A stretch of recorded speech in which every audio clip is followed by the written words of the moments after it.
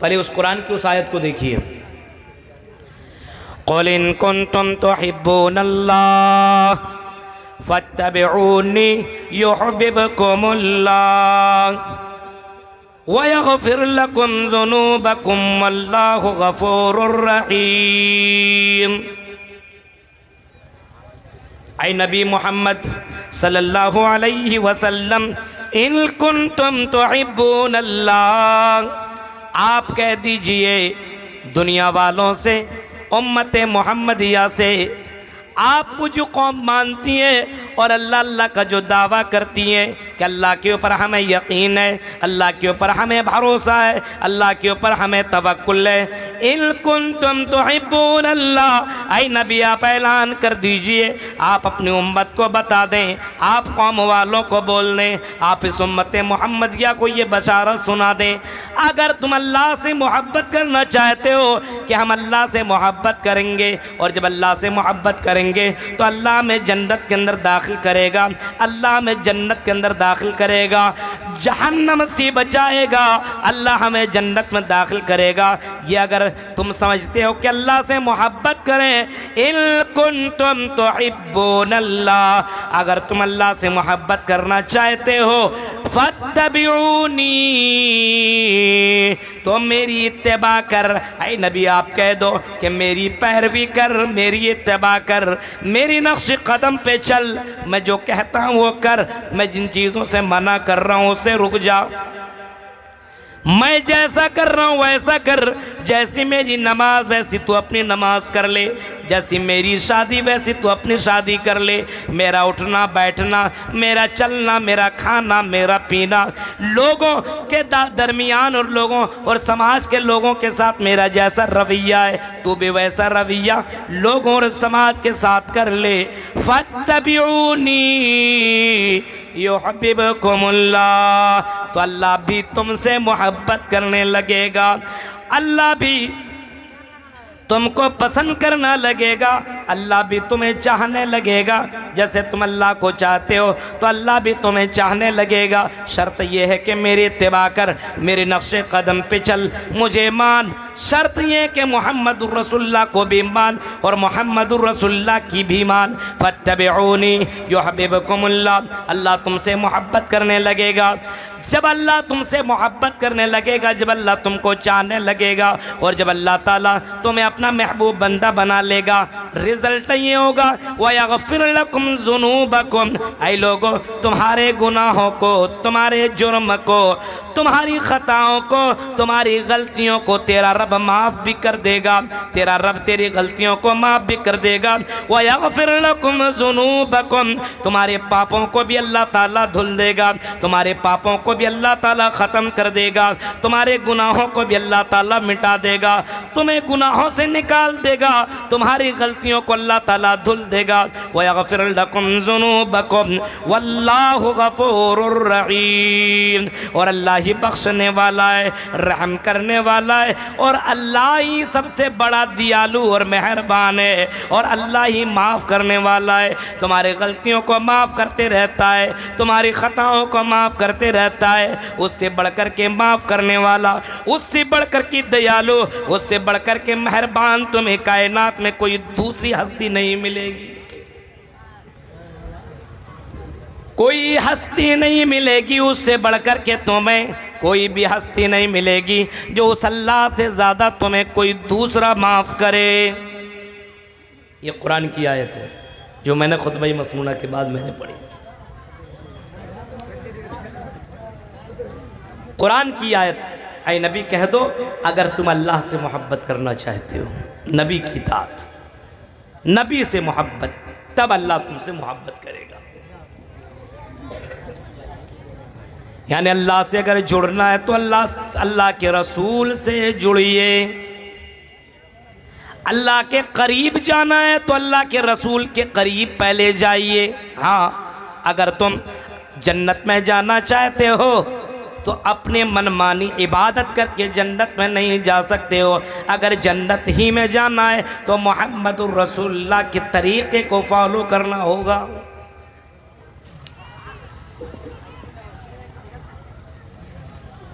हर एतबार से नबी अकरम को सबसे आगे रखना होगा। अपनी जिंदगी के हर गोशे में, हर वक्त, मुसीबत के वक्त, खुशी में, दोनों हालात में अल्लाह के नबी को मुकद्दम रखना होगा। खुशी मिले तो ऐसा ना हो कि पागल हो जाओ और गैरों की तरह तुम बस रवैया अपना लो। हाँ, खुशी के मारे तुम वो काम करने लगो, शराब भी पीने लगो, जुआ भी खेलने लगो, पैसे तुम्हें मिल जाए तो लड़कियों के साथ एंजॉय भी करने लगो, पैसे तुम्हें मिल जाए तो लड़कियों को तुम घुमाने लगो और अपने आप को बड़े हीरो और बड़े बाबा बन जाओ और गलत काम करने लगो।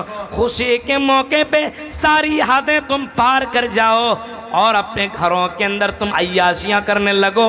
घर के बाहर वो काम करो जिसको अल्लाह के नबी ने मना फरमा दिया है। अगर खुशी मिले तब भी नबी की इबादत, तब भी नबी की फरमाबरदारी, तब भी नबी की इताअत। खुशी मिले तब भी नबी की इताअत, और अगर गम मिले तो मेरे भाइयों घबराने की ज़रूरत नहीं है, मायूस होने की ज़रूरत नहीं है। अगर गम मिले यानी बेटा बेटे ना हो और कोई मुसीबत आ जाए तब भी तुम्हें घबराने की ज़रूरत नहीं है। नबी अकरम को भी फॉलो करना होगा। मुसीबत के वक्त भी अगर तुम्हें इताअत करनी होगी तो जनाब मुहम्मदुर रसूलुल्लाह की इताअत करनी होगी। अपने नबी को देखना होगा कि मुसीबत के वक्त अल्लाह के नबी ने किसको पुकारा, मुसीबत के वक्त अल्लाह के नबी ने किया। मेरे भाइयों, मेरे नबी के पास मुसीबतें आई, मेरे नबी के पास परेशानियां आई, मेरे नबी के साथ बहुत सारी परेशानियां जिंदगी में आई, लेकिन आपने ऐसे वक्त में कोई गलत कदम न उठाया, बल्कि मेरे भाइयों वही किया जो अल्लाह ताला आपसे कहलवा रहा था, वही किया जो अल्लाह ताला ने आपको हुक्म दिया था। इज़ा अल्लाह के नबी को कहा गया था जब तुम्हें परेशानी हो तो मुझसे मांगो, हम तुम्हारी परेशानी को दूर करेंगे, हम तुम्हारी मुसीबतों को दूर करेंगे, हम तुम्हारे परेशानियों को दूर करेंगे।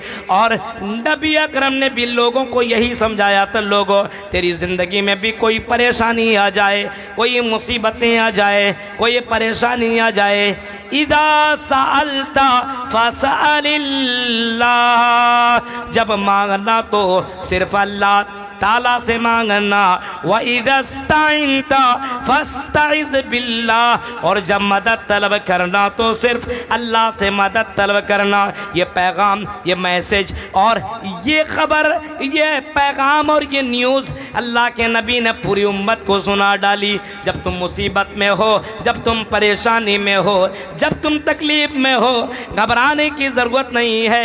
नबियों को भी तकलीफ़ें आई और नबियों ने भी तकलीफ़ों में सिर्फ अल्लाह को पुकारा है। वही मुसीबतों को हल करने वाला, वही मुसीबतों को टालने वाला, वही मुसीबतों को दूर करने वाला, वही मुसीबतों को ख़त्म करने वाला, वही मुसीबतों से नजात देने वाला है। कुरान की शक्ल में हमारे पास वो किताब मौजूद है। नबियों का तज़किरा तुम्हें कुरान के अंदर मिलेगा। एक एक नबी के ऊपर जो जो मुसीबतें आई, उन मुसीबतों से किसने बचाया? अल्लाह ताला ने बचाया। किसने नजात दिलाई? अल्लाह ताला ने निजात दिलाई। ज़करिया को उठाइए, यहया को उठाइए, हज़रत यूनुस अलैहिस्सलाम को उठाइए, हज़रत अय्यूब अलैहिस्सलाम को उठाइए, हज़रत इब्राहीम अलैहिस्सलाम को उठाइए। इनके वाक़ियात पढ़ते चले जाएं मेरे भाइयों। इतनी बड़ी बड़ी मुसीबतें, हज़रत अय्यूब की मुसीबत के ऊपर सिर्फ नज़र दौड़ाइए। हज़रत अय्यूब की मुसीबत देखिए, 1 साल नहीं, 2 साल नहीं, कंटिन्यू 18 साल हज़रत अय्यूब अलैहिस्सलाम बीमार रहे। लेकिन हज़रत अय्यूब ने पुकारा तो किसको पुकारा? बीमारी में घिरे किसके पास गए? कुरान के अंदर ये सारी वाक़ियात मौजूद हैं, सारी बातें मौजूद हैं। किसी बाबा के पास न गए, किसी पीर के पास न गए, किसी मज़ार के पास न गए, किसी और जगहों पे न गए। पुकारा तो अल्लाह को पुकारा, मुसीबत में याद किया तो अल्लाह को याद किया, और कुरान ने भी उसको नोट किया है। उठाओ मेरे भाइयों, 17वां पारा, 17 नंबर के पारे को उठा उठाइए, सूरह अंबिया की उस आयत को उठाइए, इन्नी मस्सनी अज़ुर्र व अंत अर्हमुर राहिमीन। आय अल्लाह मुझे तकलीफ पहुंची है और सबसे ज़्यादा रहम करने वाला तू है, अल्लाह मेरे ऊपर रहम फरमा। कुरान कहता है कि 18 साल तक बीमार रहे और जब अल्लाह ही को पुकारा तो अल्लाह ने उस बीमारी से निजात दे दी। आज हम मुसीबतों में किसको पुकार रहे हैं? किसी और को। तकलीफ़ों में किसको पुकारा जा रहा है? किसी और को।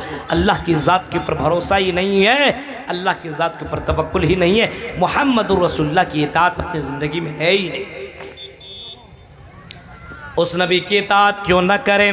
उस नबी से मोहब्बत क्यों न करें? उस नबी से मोहब्बत क्यों न करें जिसका चेहरा सबसे ज़्यादा खूबसूरत, हाँ, जिसकी सीरत सबसे ज़्यादा खूबसूरत, जिसका चेहरा सीरत के एतबार से और सूरत के एतबार से उसके मुकाबले में दुनिया के अंदर कोई हस्ती आई ही नहीं, जिसका मकाम सबसे ज़्यादा, उस नबी से मोहब्बत क्यों न करें? अल्लाह कह रहा है उसी नबी से मोहब्बत कर, उसी नबी से मोहब्बत कर जिस नबी को हमने सय्यदुल अंबिया बना दिया, नबियों का सरदार बना दिया। उस नबी की ही इताअत कर जो विष्णु यश के बेटे होंगे, जो सोमति परातुर्वापियम, जो सोमति पेट से जन्म लेंगे, विष्णु यश, जो विष्णु यश के बेटे होंगे, विष्णु यश यानी अब्दुल्ला के बेटे होंगे, और सोमति परातुर्वापियम जो सोमति पेट से जन्म लेंगे यानी अमन वाली और शांति वाली के पेट से जन्म लेंगे। और कहाँ आएंगे उसकी भी वजाहत हिंदू धर्म के अंदर मौजूद है। वो आएंगे शंबल गरा में, सौती से जो जाते विवज्जिता, वो शंबल ग्राम के अंदर आएंगे, वह बलदुल अमीन के अंदर आएंगे, वह मक्का के शहर के अंदर आएंगे। और जब उस शहर के अंदर आएंगे सौतों से जो जाते विवज्जिता और मंगलाचार बहुला पापिता विवज्जिता, वो मंगलाचार यानी मंगलाचार होंगे, नेकियों के गुरु होंगे और बुराइयों को ख़त्म करने वाले होंगे। उस नबी की इताअत कर, उस रसूल की इताअत कर, सोमति परातुर्वापियम जो सोमति होंगे, सोमति परातुर्वापियम जो सोमति के पेट से जन्म लेंगे, और शंबल ग्राम में सौते से जो जाति विवज्जिता और शंबल ग्राम के अंदर जो पैदा होंगे, विशरन सोना जो इतने खूबसूरत होंगे, इतने खूबसूरत होंगे कि आंखें देखती ही रह जाएंगी, इतने खूबसूरत होंगे। अल्लाह की कसम, वाकई मुहम्मदुर रसूलुल्लाह और हम सब के नबी जनाब मुहम्मदुर रसूलुल्लाह बहुत ही ज़्यादा खूबसूरत थे, बहुत ही ज़्यादा खूबसूरत थे। हज़रत हस्सान बिन साबित ने अल्लाह के नबी सल्लल्लाहु अलैहि वसल्लम की खूबसूरती को बयान किया है और अरबी अशआर में इस तरीके से पिरोया है, व अहसनु मिन कलम तरक़त आइनी व जमलु मिन कलम तलिदिन निसा खुलिक़त मुबर्रअम मिन कुल्लि ऐबिन कअन्नका क़द खुलिक़त मा तशा, कअन्नका क़द खुलिक़त मा तशा। अल्लाह के नबी सल्लल्लाहु अलैहि वसल्लम की खूबसूरती के बारे में हज़रत हस्सान बिन साबित कहते हैं, मैंने इतना हसीन, इतना खूबसूरत, इतना हैंडसम चेहरा मैंने ज़िंदगी में देखा ही नहीं है। इतना खूबसूरत, इतना खूबसूरत कि दुनिया के अंदर किसी औरत ने इतना खूबसूरत बच्चा जना ही नहीं है। वह अजमल मिन कलम तलिदिन निसा, इतने खूबसूरत और इतना हसीन व जमील चेहरा किसी लड़की ने, किसी औरत ने दुनिया के अंदर जना ही नहीं है। नबी के खूबसूरती का क्या कहना, समझ लो कि नबी जैसे सोचते जाए और अल्लाह ताला वैसा बनाता गया। नबी ने कहा कान ऐसा हो तो अल्लाह ने वैसा बना दिया, हाथ ऐसा हो तो अल्लाह ने वैसा बना दिया, सर ऐसा हो अल्लाह ने ऐसा बना दिया, हाइट इतनी हो अल्लाह ने उतना बना दिया, मोटापा इतना हो अल्लाह ने वैसा बना दिया। यानी एक आदमी सोचता रहे हम ऐसे हों, ऐसे हों, ऐसे हों, ऐसे हों, या समझ लो कि नबी जैसे सोचते गए अल्लाह वैसा बनाता गया। ये नबी की खूबसूरती है, इतने खूबसूरत। वशरन सुना, इतने खूबसूरत, आंखें चुंधिया जाएंगी, देखते रह जाएंगे। इतना हसीन व जमील चेहरा किसी ने देखा ही नहीं। उस नबी से मोहब्बत क्यों ना करें जिस नबी का मकाम दुनिया में अल्लाह के बाद सबसे ज़्यादा है। आज भी अगर गौर करें तो नबी से बढ़कर के किसी का मकाम ही नहीं है। चाहे कितना भी करोड़पति आदमी हो, चाहे भी कितना अरबपति आदमी हो, कितना भी खरबपति आदमी हो, लेकिन मेरे भाइयों उसका हर हर मिनट और हर हर सेकंड में नाम नहीं लिया जाता है। हर हर मिनट और हर हर सेकंड में उसका नाम नहीं लिया जाता है। नबी के चले जाने के बाद, दुनिया से चले जाने के बाद, कब्र में मदफून हो जाने के बाद आज भी नबी अकरम का नाम दुनिया के अंदर सबसे ज़्यादा लिया जाता है। हर हर मिनट के अंदर लिया जाता है। आप किसी पूर्णिया के अंदर अगर नाम लिया जाए अल्लाह के नबी का, अशहदु अन्ना मुहम्मद रसूलुल्लाह, फजर की अजान में आप नबी का नाम ले रहे हो, 1 मिनट के बाद और दूसरी जगह जाओ, थोड़ी पश्चिम चले जाओ, वहाँ भी अशहदु अन्ना मुहम्मद रसूलुल्लाह के जुमले होंगे, वहाँ भी नबी का नाम लिया जाएगा। उससे आगे चले जाइए, वहाँ भी 1 मिनट के बाद अल्लाह के नबी का नाम लिया जाएगा।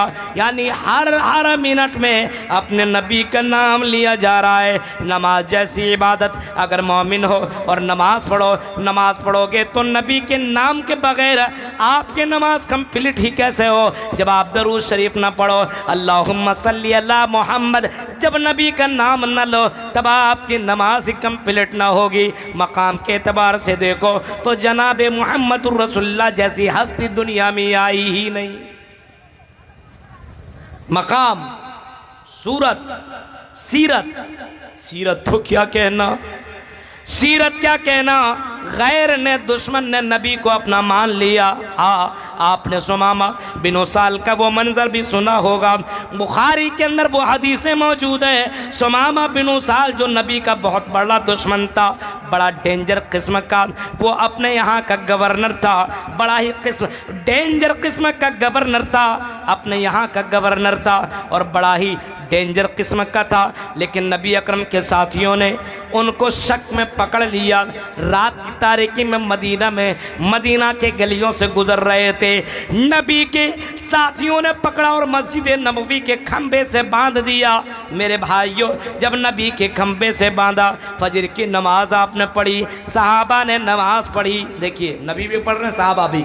नबी ने नमाज पढ़ी, सहाबा ने भी नमाज पढ़ी। नबी ने सलाम फेरा, अस्सलामु अलैकुम व रहमतुल्लाह, अस्सलामु अलैकुम व रहमतुल्लाह। नबी ने सलाम फेरा और जैसे पलटे आपकी नज़र वो खंबे से बांधे हुए शख्स के ऊपर पड़ी। आपकी नज़र पड़ी, आप गए और आपने देखा बहुत गौर से, फिर अपने सहाबा की तरफ पलटे और पूछा, लोगों तुम्हें मालूम है तुमने किसको पकड़ा है? लोगों ने कहा, आए अल्लाह के नबी, हमें मालूम नहीं है कि आपने किसको पकड़ा है।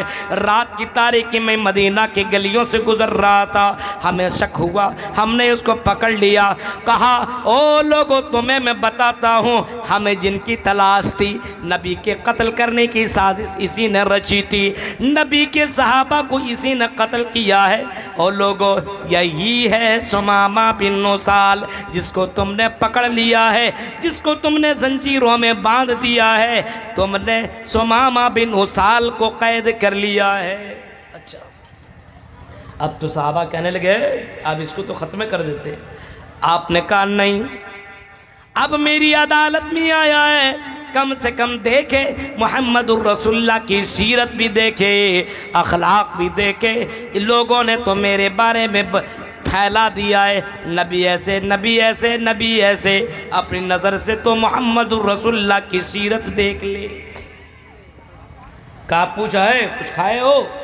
कहा, रात ही में पकड़ करके बांध दिया, क्या खाएंगे? भूख लगी है? लगी है। खाना है? बिल्कुल खाना है। आपने कहा, जाओ मेरे घर पे जाओ और मैं जिस ऊँटनी का दूध पीता हूँ उसी ऊँटनी का दूध लेकर के आओ और इसको पिलाओ। खिलाया गया, पिलाया गया। नबी अकरम अब पूछते हैं, आई सुमामा ज़रा बताओ तुम्हारे साथ क्या मामला किया जाएगा? आई सुमामा बताओ तुम्हारे साथ क्या किया जाएगा। सुमामा बिन उसाल भी डरने वाला न था, उसने चीख करके कहा इन तक़तुल ज़ादा मिन व इन तुनिम अला शाकिरिन व इन कुंत तुरीदुल माल। आई मोहम्मद हमने आपके लोगों को कत्ल किया है, आप कत्ल करना चाहें तो कत्ल कर दें। तीन ऑप्शन रख दिया, बधा हुआ है, जकड़ा हुआ है, सहाबा के दरमियान में है, नबी के बीच में है, लेकिन आंखें मिलाकर के बातें कर रहा है। हाँ आई नबी, अगर आप आई मोहम्मद कत्ल करना चाहें कत्ल कर दें, मैंने आपके साथियों को मारा है, मैंने आपके साथियों को कत्ल किया है। आई मोहम्मद अगर आप मुझे पैसा लेकर के दीनारों दिरहम देकर के छोड़ना चाहें तो बोले कितना चाहिए, हम आपको उतना देने को तैयार। और आई मोहम्मद अगर एहसान करना चाहें तो मैं एहसान को भी भूलने वाला नहीं हूँ। अच्छा, नबी ने सवाल किया, जवाब सुना, चले गए, खिलाया पिलाया दिन भर, दूसरे दिन भी फजर बाद यही सवाल किया, जवाब यही दिया उसने, डरा नहीं, मर जाएंगे कोई बात नहीं, लेकिन अपनी बात से मुकर नहीं रहा है। इन तक़तुल ज़ादा मिन व इन तुनिम अला शाकिरिन व इन कुंत तुरीदुल माल, यही तीनों जवाब। तीसरे दिन भी नबी ने फजर नमाज के बाद यही सवाल किया, आई सुमामा बताओ तेरा क्या ख्याल है, तेरे साथ क्या सुलूक किया जाएगा। कहा कि आपको जो करना है करें, तीन ऑप्शन मैंने रख दिया है, कत्ल करना कत्ल कीजिए, तलवार हाजिर है, तलवार आपके पास, गर्दन मेरे पास, उड़ाइए, मेरी गर्दन के ऊपर तलवार रखिए और कत्ल कर दीजिए, कोई टेंशन नहीं। बोलिए अगर एहसान करना चाहें आई मोहम्मद तो एहसान कर दे, एहसान को भी सुमामा भूलने वाला नहीं है। और अगर आप पैसा लेकर छोड़ना चाहें तो आई मोहम्मद बोलिए कितना पैसा दे दूं, उतने पैसा हम तुम्हें देने को तैयार, उतने दिनारों दिरहम देने को तैयार। नबी ने थोड़ी देर सोचा, फजर के तीसरे दिन में सोचा क्या करूं, फिर अल्लाह के नबी ने एक ऐसा काम किया कि सुमामा बिन उसाल भी ताज्जुब में पड़ गया। आपने सहाबा से कहा, ओ सहाबी हो, सुमामा की जंजीरों को खोल दो, सुमामा को आज़ाद कर दो, सुमामा के पैरों के अंदर जो जंजीरें जो बांधे हुए हो, सुमामा को कैद से अलग कर दो। सुमामा आज़ाद हो गया, मैंने सुमामा को माफ़ कर दिया। सुमामा देखता है क्या सुन रहा हूँ, अल्लाह के नबी मुझे माफ़ कैसे कर सकते हैं, मैंने इनके बहुत से सहाबा को मैंने अपने हाथों से कत्ल किया है, तलवारें चलाई है, गर्दनें उड़ाई हैं, मैंने कत्ल किया है और नबी को गालियाँ दी हैं, नबी को मारने की साजिश की है। ये कैसे हो सकता है, ये मोहम्मद ये नबी मुझे कैसे माफ़ कर सकते हैं, यकीन नहीं आ रहा है। लेकिन देखता क्या है, नबी की ज़बान से जुमले निकले कि सहाबा फ़ौरन आते हैं, जंजीरों को खोलते हैं, उनको कैद से रिहा करते हैं, उनको कैद से आज़ाद करते हैं और नबी कहते हैं सुमामा जा सकते हो, न एहसान जा सकते हो, मुझे कोई पैसा नहीं चाहिए, मैंने तुम्हें माफ़ कर दिया। सुमामा मस्जिद नबवी से निकल रहा है, पलट करके नबी को देख रहा है, कैसे हो रहा है, ये कैसे हो सकता है कि जिसके सामने दुश्मन आए और जिसके पास पूरा पावर भी हो, सब कुछ हो और उसको माफ़ कर दे। आज तक तो मैंने ऐसी हस्ती देखी ही नहीं है, पहली शख्सियत और पहली हस्ती ऐसी मिली है जो अपने दुश्मन को माफ़ भी कर रहा है, अपने कातिल को भी माफ़ कर रहा है। आगे बढ़ा, मस्जिद नबवी से आगे निकला, अपने ऊँटनी पे सवार हुआ, मदीना के बाहर गया, गुस्ल किया, वापस आया और चीख करके कहता है अशहदु अल्ला इलाहा इल्लल्लाह व अशहदु अन्ना मुहम्मदर रसूलुल्लाह। मैं इस बात की गवाही देता हूँ कि अल्लाह के अलावा कोई माबूद बरहक नहीं है, व अन्ना मुहम्मदर रसूलुल्लाह, और इस बात की मैं गवाही देता हूँ कि आप अल्लाह के रसूल और उसके बंदे हैं। ऐ नबी आप के सामने मैं ऐलान कर रहा हूँ कि जब मैंने इस्लाम कबूल नहीं किया था तो मेरी नज़र में आपका चेहरा सबसे बुरा था, मेरी नज़र में आपका दीन सबसे बुरा था, मेरी नज़र में आपका ये शहर ये मदीना सबसे बुरा था, लेकिन मैंने कलेमा पढ़ा, मैंने आपकी सीरत देखी, मैंने आपकी सूरत देखी। ऐ नबी, अब मैं चीख करके कह रहा हूँ कि आपसे बढ़ करके मुझे कोई दूसरा खूबसूरत चेहरा नज़र मिलता ही नहीं है। सबसे खूबसूरत चेहरा मेरी नज़र में आपका चेहरा है। मेरी नज़र में इस बलदुल इस्लामी, ये शहर, ये मदीनतुर रसूल से बढ़कर के कोई दूसरा खूबसूरत चेहरा नज़र आता ही नहीं है। कोई दूसरा शहर नज़र नहीं आ रहा है। और ये इस्लाम जिससे मैं बड़ी नफ़रत करता था, इस इस्लाम से बढ़कर के कोई दूसरा धर्म, कोई दूसरा मज़हब मुझे नज़र ही नहीं आता है। सीरत देख करके इस्लाम एक्सेप्ट कर लिया। सोच सकते हैं कि कैसा नबी और हमें और आपको मिला। उस नबी से मोहब्बत क्यों ना करें। और हमारे और आपकी तरह मोहब्बत, अल्लाह अल्लाह ज़बान से कह रहे हैं नबी से मोहब्बत। किस चीज़ की मोहब्बत? न खाने में नबी की इताअत, न पीने में, न उठने में, न बैठने में, न लेटने में, न इबादत में। किसी चीज़ में नबी की इताअत है ही नहीं, किसी चीज़ में भी नहीं। अब किसी एक मामले को उठाइए। ये शाबान का महीना है, हाँ, शाबान के महीने में नबी क्या किया करते थे मालूम है? शाबान के महीने में अल्लाह के नबी के बारे में आता है कि सबसे ज़्यादा अल्लाह के नबी सल्लल्लाहु अलैहि वसल्लम रमज़ान के बाद शाबान के महीने में रोज़ा रखा करते थे। कितने लोगों ने रोज़ा एक भी रखा? बताइए, हाथ ज़रा उठाइए तो। किसी ने एक भी रोज़ा? सच बोलिएगा, इस वक्त आखिरी पहर है। कितने लोगों ने एक रोज़ा रखा? एक ही बता दो। सबसे ज़्यादा मेरे नबी इसी महीने में रोज़ा रखा करते थे, सबसे ज़्यादा। उसामा बिन ज़ैद ने रीज़न पूछा, कारण पूछा, जानकारी लेनी चाहिए। क्या रीज़न है, क्या कारण है? अल्लाह के नबी शाबान के महीने में आप रोज़ा रखते हैं। बाद साहबा कहते हैं रमज़ान और शाबान दोनों महीने में कंटिन्यू रोज़ा रखा करते थे। सबसे ज़्यादा पूछा गया, हज़रत उसामा बिन सैद ने पूछा, अल्लाह के नबी सबसे ज़्यादा आप इसी महीने में रोज़ा क्यों रखते हैं? अल्लाह के नबी ने जवाब जो दिया था वो यही जवाब दिया था, वह हुआ शहरुन फ़ीह तुरफ़अ इला रब्बिल आलमीन, वह हुआ शहरुन तुरफ़अ फ़ीहिल आमाल इला रब्बिल आलमीन। इसी शाबान के महीने में लोगों की आमाल आसमान की तरफ उठा करके फरिश्ता ले करके जाता है। इसी शाबान के महीने में लोगों के आमाल फरिश्ता उठा करके आसमान दुनिया यानी अल्लाह के पास ले करके जाता है। अल्लाह के पास जा कर के हाजिर करता है लोगों की आमाल को। फ़उहिब्बु, और मैं इस बात को पसंद करता हूँ, मैं इस बात को पसंद करता हूँ कि जब अल्लाह ताला मेरे आमाल को ऊपर ले करके जाए। फ़उहिब्बु आमली व हुवा साइम, जब मेरा ऊपर जाए। तुरफ़अ आमली, जब मेरा ऊपर आमाल फरिश्ता ले करके जाए। वह हुआ साइम, मैं रोज़े की हालत में रहूं।